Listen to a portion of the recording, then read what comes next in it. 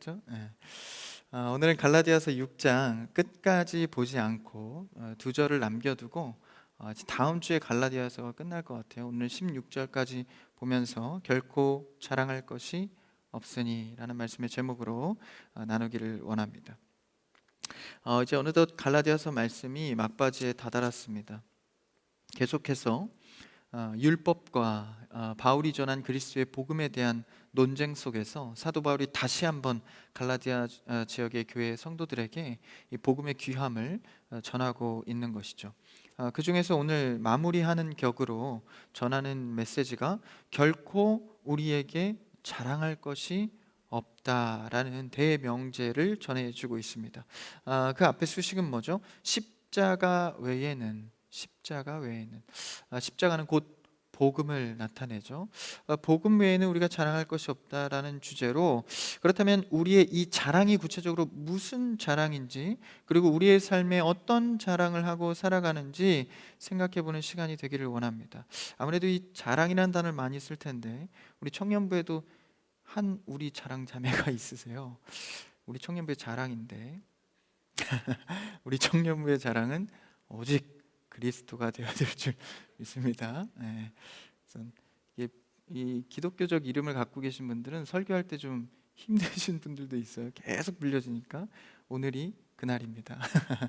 그래서 우리의 자랑은 어떤 자랑인가 한번 말씀을 통해 나눠보기를 원합니다. 한번 11절 첫 절을 한번 읽어볼까요? 같이요. 시작. 내 손으로 너희에게 이렇게 큰 글자로 쓴 것을 보라. 사도 바울이 이 서신서입니다. 그러니까 편지글인데 이것을 쓸 때 큰 글자로 썼다고 구테여 갑자기 6장 끝 말미에 설명을 하고 있습니다. 그렇다면 실제로 글자를 크게 쓴 것도 맞겠지만 어떤 이 다음에 나오는 내용을 강조하기 위해서 이 처음에 시작을 이렇게 하고 있는 것이죠. 실제 바울은 지금 시력이 점점 약해지는 상황입니다. 그래서 그 끝 말미에 가서는 사도 바울이 거의 전혀 이제 보이지 않을 정도로, 그래서 나중에 이 말씀을 쓸 때 대필해서 쓸 정도로 이 심한 안지를 앓고 있었습니다.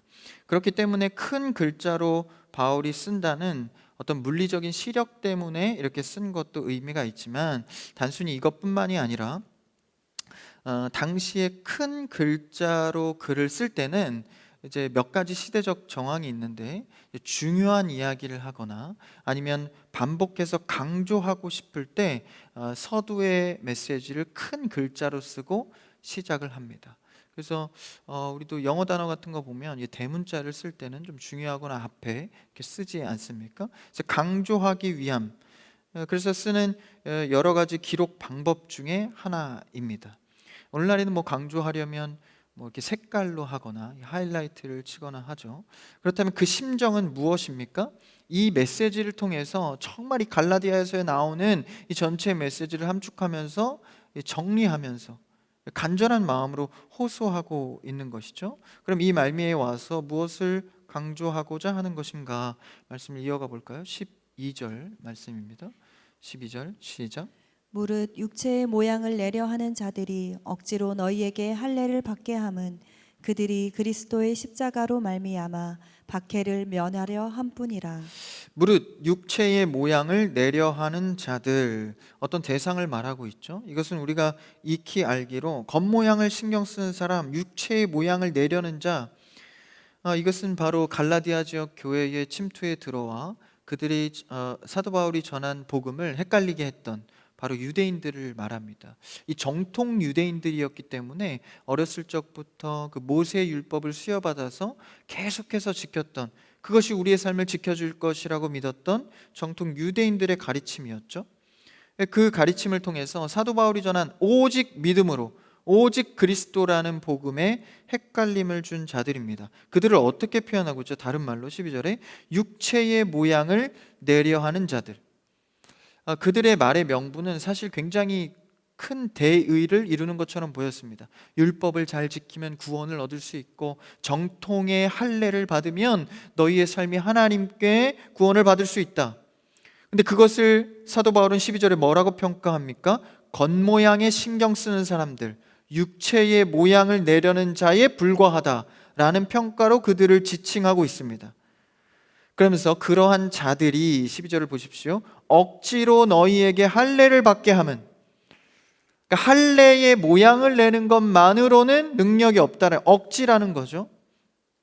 그들이 너희의 육체로 자랑하려 함이라 이렇게 설명하고 있습니다.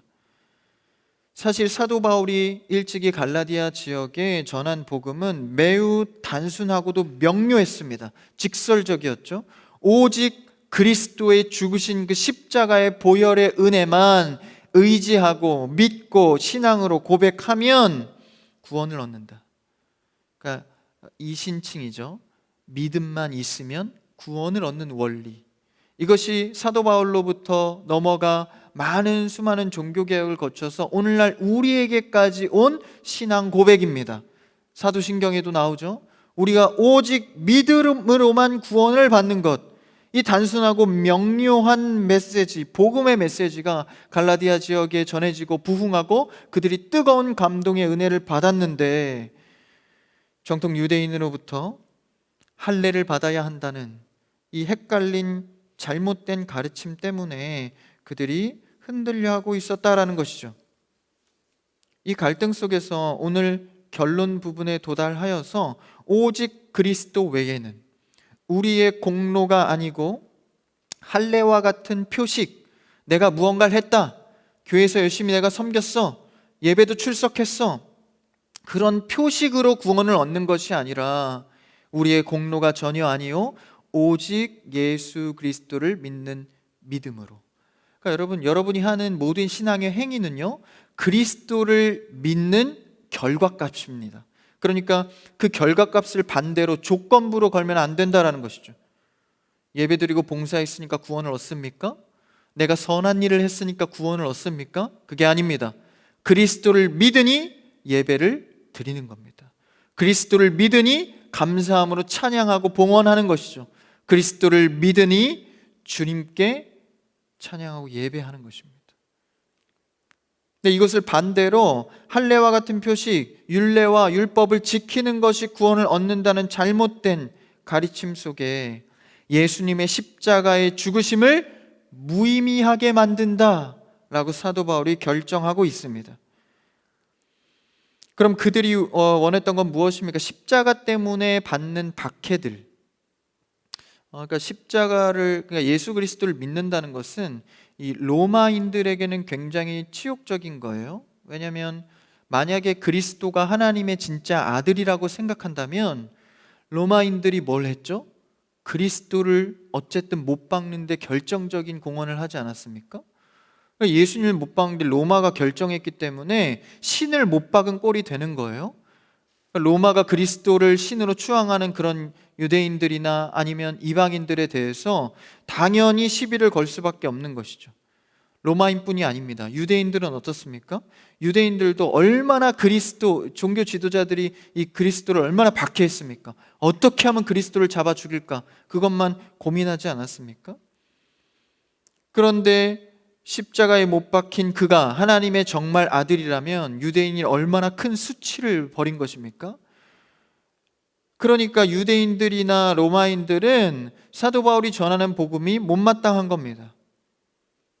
그러니 정통 유대인들처럼 할례를 받으면 그리스도 때문이 아니라, 그리스도 덕분이 아니라 할례 때문에, 율법 때문에 구원을 받는 것이니까 그리스도로 인한 박해가 없을 것이다 라는 것이죠. 그러니까 그들이 할례를 받는 것은 그리스도에 대한 박해를 면피하고자 함입니다. 구원의 이유가 아니라는 것이죠. 더 중요한 것은 내 삶에 어떤 유익을 누리는가에 집중하고 있었다라는 것입니다. 그러니까 그들이 할례를 받고 그리스도를 배척하는 큰 이유는 구원은 둘째하고 사회적, 정치적 박해를 피하는 것에 불과하다. 여러분, 만약 우리가 예수 그리스도를 믿는 것이 정치적으로나 사회적으로나 내 직업적으로나 어떤 유익을 얻기 위함이라면 이미 우리는 구원의 문제는 둘째, 셋째 문제가 된지 모릅니다. 여러분, 그리스도를 믿는 믿음은 오직 구원을 얻기 위함입니다. 예수님이 좋아서이죠. 사랑해서. 물론 맞지만 여러분, 구원과 천국을 묵상하지 않고는 우리의 신앙에 힘이 없습니다. 여러분, 그리스도를 믿는 믿음으로 구원의 반열에 있는 여러분인 줄 믿으시기를 축복합니다. 그를 믿는 자, 고백하는 자는 구원을 얻는다라는 것이죠. 그래서 바울은 진정한 복음을 따를 때 박해가 있을 수 있지만, 아니, 그리스도가 이미 예언하셨죠. 너희는 나를 따르려면 십자가를 져야 한다. 박해가 있을 것이다. 해가 있을 것이다. 그러나 두려워하지 말아라. 내가 이미 승리하였다. 이것이 구원과 영광의 길인 것을 예수님을 대신해서 사도 바울이 전해준 것이죠. 근데 박해를 피하려고 하는 것은 반대로 뭐예요? 복음을 왜곡하는 것이다. 우리에게 왜 박해가 없느냐? 왜 피하려고 꾀를 내느냐? 힘쓰지 마라. 복음을 지키면, 그 복음의 신앙 고백을 지켜가면 박해는 온다라는 것이죠. 그러나 박해를 받는 것보다 더 중요한 구원의 문제가 걸려 있으니 신앙을 포기해선 안 된다라는 것입니다. 그러면 아무리 힘들고 피곤하고 지쳐도 우리가 밥은 먹지 않습니까? 화장실은 가고 잠은 잘 것입니다. 왜 그렇죠? 생명과 직결되기 때문입니다. 아무리 중요한 일이 있다 할지라도 기본적으로 숨 쉬고 움직이고 잠을 자는 것은 그냥 무의식적으로라도 다 하게 됩니다. 생명이 가장 중요하기 때문이죠. 그래야 살 수 있기 때문입니다. 우리가 예수 그리스도를 믿는 이유가 무엇입니까? 박해를 받아도 주말에 시간이 모자르게 살아가고 물리적으로 육체적으로 주말에 쉴 수 있는데 교회 나오고 봉사하면 못 쉬잖아요. 왜 합니까? 그 박해와 어려움보다 더 중요한 복음이 주는 자유함, 구원이 주는 기쁨이 우리 안에 있기 때문입니다. 그래서 우리에게 주신 이 복음의 은혜는 우리의 공로는 없다. 오직 그리스도의 공로로, 그 공로를 믿기만 하면 얻는 것이죠. 이 복음은 우리에게 도움을 주어서 삶을 윤택하게 하는 정도의 문제가 아닙니다. 단순히 윤택함을 얻고자 믿고 있다면 그것은 진정한 믿음이 아닐 것입니다. 그들도 단순히 박해나 면하자고 예수님을 믿고 있는 것이 아니다라는 것을 오늘 사도 바울이 알려주는 것입니다. 그렇다면 이 거짓 교사들이, 이 유대인들이 왜 이렇게 율법 할래 하면서 잘못된 복음을 전하고 있나? 그들의 더 깊은 심중의 의도를 드러냅니다. 한번 그 다음 절 13절을 한번 읽어볼까요? 같이요, 시작. 할례를 받은 그들이라도 스스로 율법은 지키지 아니하고 너희에게 할례를 받게 하려는 것은 그들이 너희의 육체로 자랑하려 함이라. 그들은 율법을 강조하지만 실제는 어떻대요? 자신들도 그 율법을 지키지 않는다라는 것입니다. 아니, 사실 지키지 못하는 겁니다. 이 율법의 흉내를 다 나열해 보면 500개, 600개에 가까운 율법 조항이 있거든요. 덧붙여서 600개가 넘습니다. 그들이 디테일하게 또 만들었거든요. 사람들 괴롭히려고. 그러니까 사람들을 왜 그렇게 괴롭히죠? 자신의 권위를 더 드러내기 위함입니다.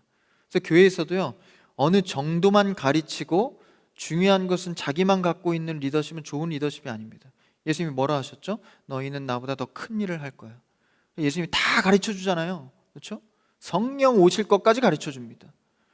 그래서 여러분, 우리 크리스찬 교회 청년부는요, 저를 통하여서 또 목자들을 통하여서 많이 가르치시고 많이 배우는 여러분 되기를 축복합니다. 그래서 조금 어렵지만 제가 특강 같은 거나 수련회나 경건훈련 할 때 좀 어렵지만 제가 갖고 있는 걸 많이 풀어냅니다. 저는 애쓰는 건 하나예요. 어떻게 하면 조금 더 쉽게 이거를 쥐어줄 수 있을까? 감추지 않습니다. 감추고 저만 써먹지 않습니다. 어려워도 같이 나누는 거죠. 왜냐하면 내 권위를 세우는 것이 아니라 주님께서 나의 주신 율법과 말씀을 세우기 위해서. 근데 이들은 자신의 권위를 위해서 자신들은 지키지도 않으면서 수많은 율법 조항을 나열해서 그들에게 짐을 지었다라는 것입니다. 자신들도 지키지 못한다라는 거예요. 그러면서 지키는 척을 하겠죠. 이 율법은 이렇게 지키는 것이 쉬운 일이 아닙니다. 로마서 말씀해 보니까 율법의 기능은 뭐죠? 우리의 죄를 알게 한다. 율법을 통해서 우리 자신을 알게 하는 거예요. 아, 내가 이 하나님의 말씀을 지켜야 구원받는데 하나도 지키지 못하는 죄인 중에 죄인, 죄인 중에 죄인, 괴수 중에 괴수구나. 이것을 깨닫게 하는 것이죠. 그래서 낮아지고 낮아져서 주 앞에 나와서 그리스도의 공로 아니면 내가 살 수 없습니다, 자복하게 하는 것인데, 율법을 자신의 권위로 사용하여서 이 수많은 이 유대인들이나 이방인들에게 잘못된 복음을 전하고 있었다라는 거예요. 예수님도 이 부분을 지적했었죠. 외식하는 자여 라고 하면서 속과 겉이 다른 자여, 그렇게 가르치고 살라고 하면서 너희의 속은 썩었다라는 거예요. 회칠한 무덤과 같이 너희는 지키지도 않으면서 많은 율법 조항으로 구원을 얻을 것처럼, 그것을 지적하였죠. 그래서 율법의 멍에에 매여 있는 자들을 향하여 예수님께서 뭐라고 말씀하십니까? 수고하고 무거운 짐진 자들아 다 내게로 오라. 내가 너희를 쉬게 하리라. 나에게 배우면 쉽다. 그리스도를 믿고 고백해서 내가 네 안에 네가 내 안에 같이 살면 율법의 조항으로 지키는 것이 아니라 그리스도의 보혈의 공로로 구원을 얻는다. 그런데 실제 율법학자들 또 종교 지도자들은 그렇게 살지도 못하고 안 하고 있었습니다. 그러면서 어떤 의도가 있었죠? 그 심중에 13절 이 후반절에 보면 그들이 너희의 육체로 자랑하려 함이라. 그렇게 너희들에게 할례 받게 하고 율법 잘 지키게 하고 가르치는 권위 자신들이 세워서 그거 자랑하게 하려고 할례를 준다라는 거예요. 그러니까 구원의 문제, 그리스도의 어떤 의도, 계획과는 무관하게 첫 번째는 자신들의 권위를 위해서 할례를 줬다라는 것이죠.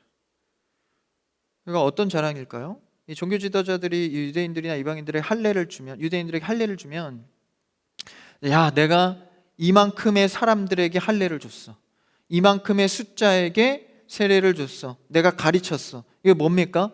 숫자 논리입니다. 세력 논리. 많은 자들, 그러니까 많은 것, 잘된 것이 절대 진리가 돼버리는 것이죠. 이것을 자랑하려 합니다. 거짓 교사들이 나의 가르침으로 돌아오게 한 사람들을 계수하고 있다라는 것입니다. 여러분, 교회 안에서 서로 간에 세워주고 그가 잘 되면 내 공이 아닙니다. 나는 사라지고 누가 세운 겁니까? 그리스도, 하나님 아버지께서 세우신 것이다라는 것이죠. 나는 그냥 물을 주었을 뿐 자라게 하시는 이는 누구입니까? 오직 주님이십니다. 근데 우리는 착각해요. 조금 내 공로로 누가 잘 되면, 야, 내가 그때 가르쳤잖아, 내가 그때 너 도와줬잖아, 이런 말을 직접적으로 안 하더라도 마음으로 뿌듯해합니다. 아, 내가 그때 이렇게 했는데. 조금이라도 숟가락을 얻는 순간 복음과 위배되는 사실이라는 것이죠. 그래서 교회에서도 예수님의 제자가 아니라 사람의 제자가 되는 경우가 많습니다. 아니, 오히려 리더들이 이것을 양성하죠. 교회에서도 이런 제자의 모습을 조심해야 합니다. 사역자의 제자가 되거나 내 입맛에 맞는 교회의 제자가 되거나 기능적 제자가 되어서 그 교회의 입맛에 맞춰진 제자가 되면 어디 가서 복음의 능력을 행할 수가 없습니다. 사람이 사람의 제자를 만드는 것은 생각보다 어렵지 않습니다. 은사가 있고 재능이 있으면 누구나 쉽습니다. 세상에서도 그렇게 말하죠. 가스라이팅. 가스라이팅이라고 그러죠. 그래서 그냥 자기도 모르게 자기 사람의 제자가 되어져 버리는 거예요. 교회에서도 얼마든지 가능합니다. 왜냐하면 교회는 기능적인 것인데 권위적으로 착각되어지는 게 직분이라는 영역이 있기 때문입니다. 여러분, 직분은 그 직분의 기능에 맞춰서 역할을 수행하는 것이지 누가 누구 위에 있는 게 아닙니다. 야, 내가 그래도 리더야, 목자야, 사역자야, 직분을 내세우라고 준 것이 아닙니다. 원리를 몰라도 한참 모르는 것이죠. 직분은 먼저 섬기라고 준 것입니다. 그래서 직분이 부담스러워서 잘 안 맡으려고 그러잖아요. 근데 기억하십시오. 직분을 맡은 자는 하나님이 그에 응하는 복을 먼저 부어주십니다. 직분이 어려우면서도 좋은 거예요. 그러니까 하고 싶으면서도 부담스러운 겁니다. 그래서 성경의 가르침은 늘 오직 예수 그리스도의 제자가 되고 그리스도의 제자가 되도록 가르치는 것입니다. 여러분, 만약에 교회에서 여러분이 가르치는 기회가 있다면 여러분을 따르게 하지 마십시오. 절제하십시오. 이것은 서로의 문제입니다. 한쪽에서만 한다고 되는 게 아니에요. 만약 예를 들어 여러분이 저를 추앙한다 하더라도 제가 절제하면 그것을 어느 정도 방어할 수 있습니다. 제가 권위주의적으로 여러분들을 리드한다 할지라도 여러분이 서로 방어하면 또 방어가 될 수 있습니다. 서로 이것을 조심하여서 오직 그리스도께 향할 수 있도록 서로가 도와야 한다라는 것이죠. 그래서 때로는 자신의 이름을 드러내지 않는 것도 방법입니다. 누가 한지 모르게, 지나가게. 그래서 저도 이제 저의 이름을 드러내지 않고 지나가는 게 생각보다 쉽지 않아요. 리더 자리에 있다 보면 어쩔 수 없이 드러나지는 게 있습니다. 그 스스로를 겸비하고 치지 않으면 굉장히 어려워진다라는 것이죠. 그래서 맹목적으로 누군가 인간적 카리스마, 호감, 인기, 이게 다 우상의 인본주의적 요소입니다. 그래서 청년부에서 많은 그런 일들이 일어나요. 젊을 때 어떤 열정이 있죠? 성공하고 싶은 열정, 돈도 많이 벌고 싶어, 연애도 잘하고 싶어, 결혼도 잘하고 싶어, 어떤 좀 열정적인 일로 진취적으로 나아가고 싶은 게 청년의 나이대이기 때문에 뭘 우러러 봅니까? 좀 탁월한 사람, 호감 가는 사람, 잘 나가는 사람, 성공하는 사람을 보면 선망의 대상이 된다라는 것이죠. 이것이 바로 인간적 제자와 스승이 되는 매우 교회 안에 위험한 일들입니다. 그래서 인간적 순종을 하는 경우들이 매우 많죠. 이런 카리스마적 우상 때문에 한국교회가 얼마나 큰 부작용을 겪고 있습니까? 수많은 사역자들이 교회가 부흥하고 자리가 커지니까 맘대로 하는 거예요. 리드를 맘대로 하는 겁니다. 그 밑에 있던 성도들은 또 그걸 배워서 많은 성도들을 자기 맘대로 휘두르죠. 이것이 오늘 말씀에 나오는 율법주의자들, 유대 선생들의 수법입니다.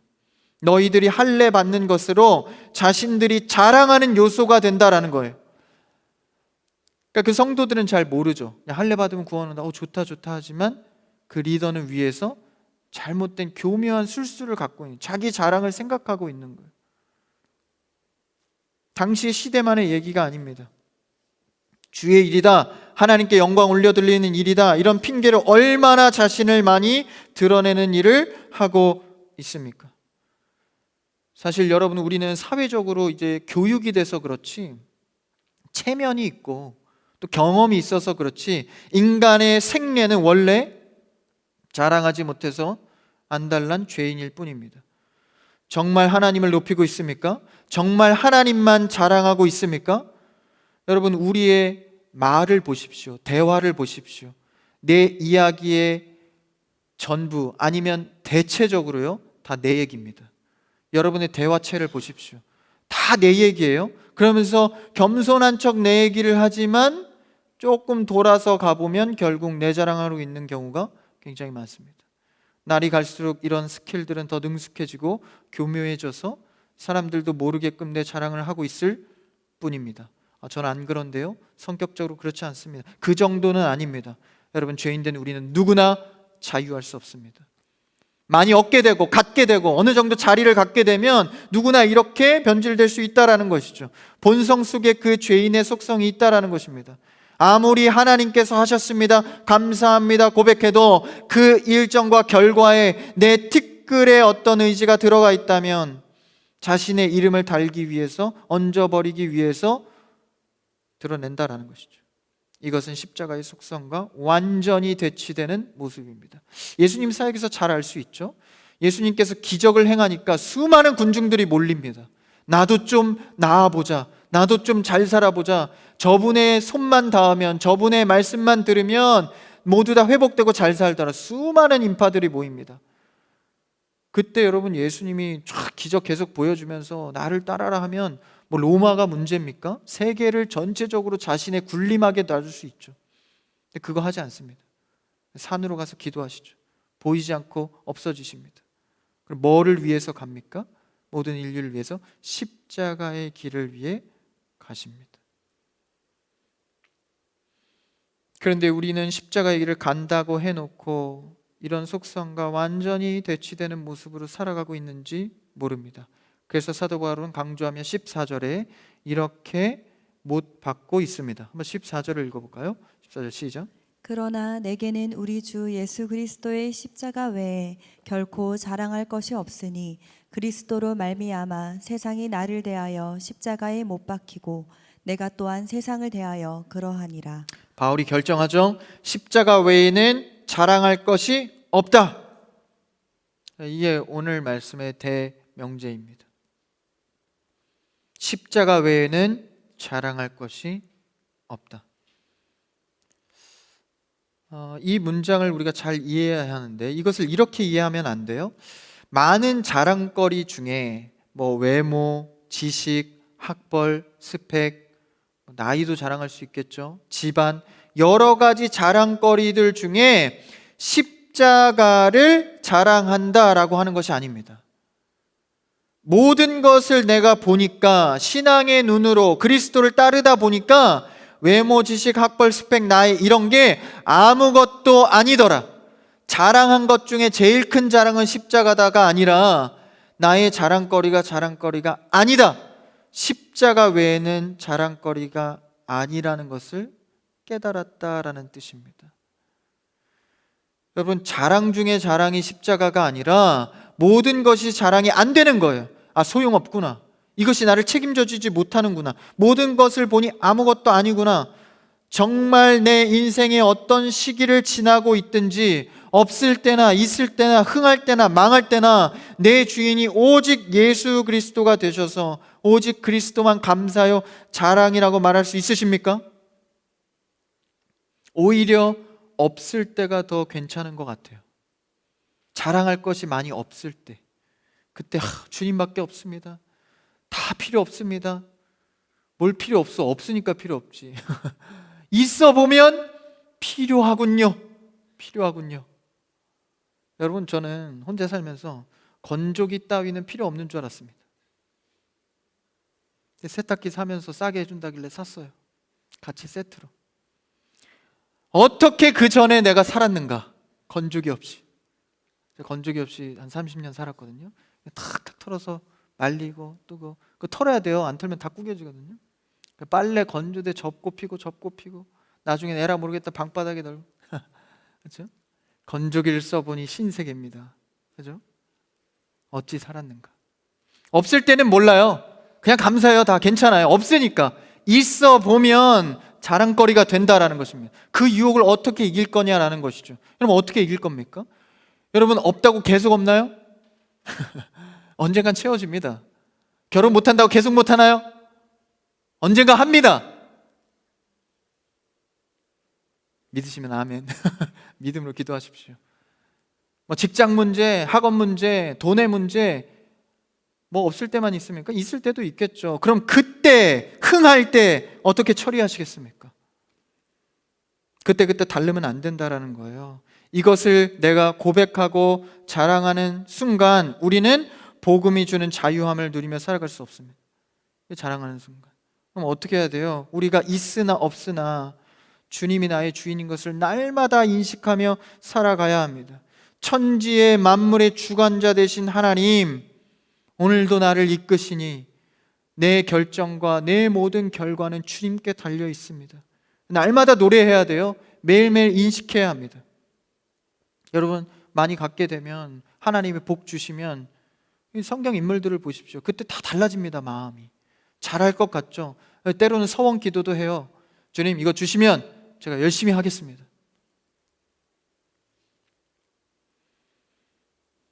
그런데 우리의 삶의 습관은 이 땅에 살면서 돈과 권력과 명예와 이성과 지식을 따르며 살아갑니다. 이게 나쁜 것만은 아닙니다. 이것 자체는 잘못된 것이 아닙니다. 여러분, 돈은 좋은 건가요? 나쁜 건가요? 악입니까? 선입니까? 돈은 그런 역할을 하는 것이 아닙니다. 그걸 어떻게 사용하는 우리 편이 문제가 있는 것이죠.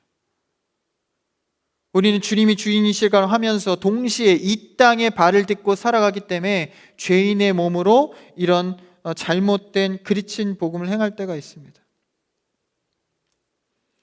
그러나 우리는 기억해야 합니다. 돈도, 권력도, 이성도, 지식도 다 유한하다라는 것이죠. 여러분 깨달아야 합니다. 이것은 나를 끝까지 책임져 주지 못한다라는 사실입니다. 돈이 많으면 나를 끝까지 책임져 줄 수 있을 것 같습니까? 명예가 있으면, 지식이 있으면 나를 끝까지 책임져 줄 수 있을까요? 시대는 계속 변합니다. 사람들의 니즈는 다 달라집니다. 그런 속에서 내가 그걸 맞춰가면 그냥 영원히 나를 내가 의지하면 그것이 보장해 줍니까? 그렇지 않습니다. 늘 있다가도 없고 없다가도 있는 것이 바로 이 모든 유한한 것들입니다. 여러분 조금만 경험해봐도 아시죠? 그래서 일찍이 이런 유한한 것들에 대해서 바울은 뭐라고 평가합니까? 이 모든 것은 배설물과 같다. 사도 바울은 지식에 있어서는 누구보다 처지지 않는 율법 학자였고 가장 높은 가문의 가말리엘 학파에서 배운 자였습니다. 또 구약에서는 솔로몬이 그러한 자죠. 많은 지식과 지혜를 누리고 많은 부를 누리고, 그렇죠? 근데 그가 말미에 했던 고백은 무엇입니까? 모든 것이 헛되다. 그러니까 솔로몬이 부에 대해서 그렇다면 그런 거예요. 솔로몬은 이 땅에서 가장 많은 것을 가졌던 자이거든요. 그냥 그가 부에 대해 어떤 정의를 내리면 그게 맞는 거예요. 뭐라고 합니까? 헛되다. 뭐에서 비춰보니, 주 안에 있어 보니 이것이 헛되다. 여러분 이런 것은 우리가 가져봤을 때만 아는 것이 아닙니다. 영적으로 말씀 안에 깨어있고 그리스도를 주인으로 모신 자라면 누구나 깨달아가는 것입니다. 고백했다면 이 땅에서 그렇게 살아야 합니다. 피하지 마십시오. 우리의 주인은 오직 그리스도이십니다. 그 안에서 살아가는 방법을 흥할 때나 망할 때나 배워야 합니다. 그래서 그분의 은혜밖에 없더라. 은혜밖에 없더라. 여러분 이렇게 그분의 은혜로만 살면요, 이것으로 사는 자는 두려움이 없습니다. 세상의 자유함을 누리게 되는 거예요. 돈 앞에 무릎 꿇지 않습니다. 자신을 내어주지 않습니다. 아무리 큰 권력 앞에서도 두려워하지 않습니다. 그래서요, 이 신앙을 제대로 갖고 있는 성도님들이나 이 목회자분들 보시면 어디 가서도 웬만하면 쫄지 않습니다. 이상한 담대함을 갖고 있거든요. 이 담대함과요, 건방진 건 다릅니다. 예의 없는 거와는 또 달라요. 어디 가서 나 주님 믿는 사람이에요, 이렇게 아무 데서나 그렇게 깎아주세요 이런 거 하시면 안 됩니다. 그건 예의가 없는 거고, 돈 앞에 무릎 꿇지 않는다라는 거예요. 권력 앞에 타협하지 않는다라는 것입니다. 복음이 주인 자유함이 있기 때문에 잘 나가는 사람 앞에서 우러러보고 그를 따르며 두려워하지 않는다라는 거예요. 그럴 수 없다라는 것이죠. 그래서 우리가 그것만을 위해 살아가지 않는 것, 물거품이 될 유한할 것을 위해서만 살아가지 않는 것, 그래야, 그런 인식으로 살아야 어떻게 합니까? 하나님이 물질 걷어 가셔도 신앙 지키고 살 수 있는 겁니다. 이 훈련돼야. 그렇죠? 여러분 줄 때는 행복하다고 막 찬양하면서 하나님 앞에 나오고 걷어 가시면 어떻게 하실 거예요? 그래도 감사함으로 찬양하며 주 앞에 나올 수 있으십니까? 확신하십니까? 자신하십니까? 오늘 말씀을 여러분 마음에 새기십시오. 그리스도 외에, 십자가 외엔 자랑할 것이 없이 살아가는 여러분 되기를 주님의 이름으로 축복합니다. 이런 자는 사도 바울의 표현으로 세상이 감당하지 못할 사람이다. 그러니까 세상이 나를 이기지 못한다는 거예요. 세상의 평가 앞에 굴복하지 않는다는 거예요. 주님이 책임지십니다. 젊을 때 주님께 맡기십시오. 돈이, 명예가, 지식이 그를 흔들 수 없다라는 것이죠. 어떤 대단하거나 혹은 초라하거나 이런 세상의 가치를 넘어선 자들입니다. 그게 바로 여러분 성도입니다. 그래서 뭐라고 표현합니까? 오늘 끝절에 15절 한번 읽어볼까요? 15절 시작. 할례나 무할례가 아무것도 아니로되 오직 새로 지으심을 받는 것만이 중요하니라. 할례나 무할례나 이것이 중요한 게 아니다. 표식이 외형적인 게 중요한 게 아니다. 뭐가 중요한 거예요? 새로 지으심을 받는 것, 새롭게 되는 것. 여러분 우리는 주 안에서 새롭게 된 자들입니다. 여러분 우리 죄인을요, 예수님께서 개선해서 쓰시는 게 아닙니다. 좀 고쳐가며 쓰는 게 아닙니다. 새로운 피조물로 거듭나야 하리라, 다시 태어나게 해서 그 다음 쓰시는 겁니다. 여러분 새로운 자들이에요. 우리는 여기서 어떻게 표현하나요? 고린도후서 5장 10절 17절에서는 이렇게 표현하고 있거든요. 한번 앞에 띄워주면 같이 읽어보겠습니다. 시작. 그런즉 누구든지 그리스도 안에 있으면 새로운 피조물이라. 이전 것은 지나갔으니 보라 새 것이 되었도다. 새 것이 되었도다. 이제는 그리스도 안에 있을 때, 그리스도 안에 있으면이라고 표현하죠. 그분이 내 안에 오면 날 고쳐주는 게 아니라 새 사람이 되게 하는 거예요. 이전 것은 지나갔으니 보라 새 것이 되었도다. 두려워하지 마십시오. 쫄지 마십시오. 새 것이 되어서 주 앞에 나왔습니다. 그러니까 우린 주만 의지해서 살아가면 세상의 가치로 논하는 자가 아니다라는 거예요. 그러면 그 새 사람이 된 우리에게 무엇을 요구하고 있습니까? 우리 주 임무가 뭐예요? 고린도서 5장 17절 읽었는데 그 다음 절이 18절이거든요. 한번 읽어볼까요? 시작.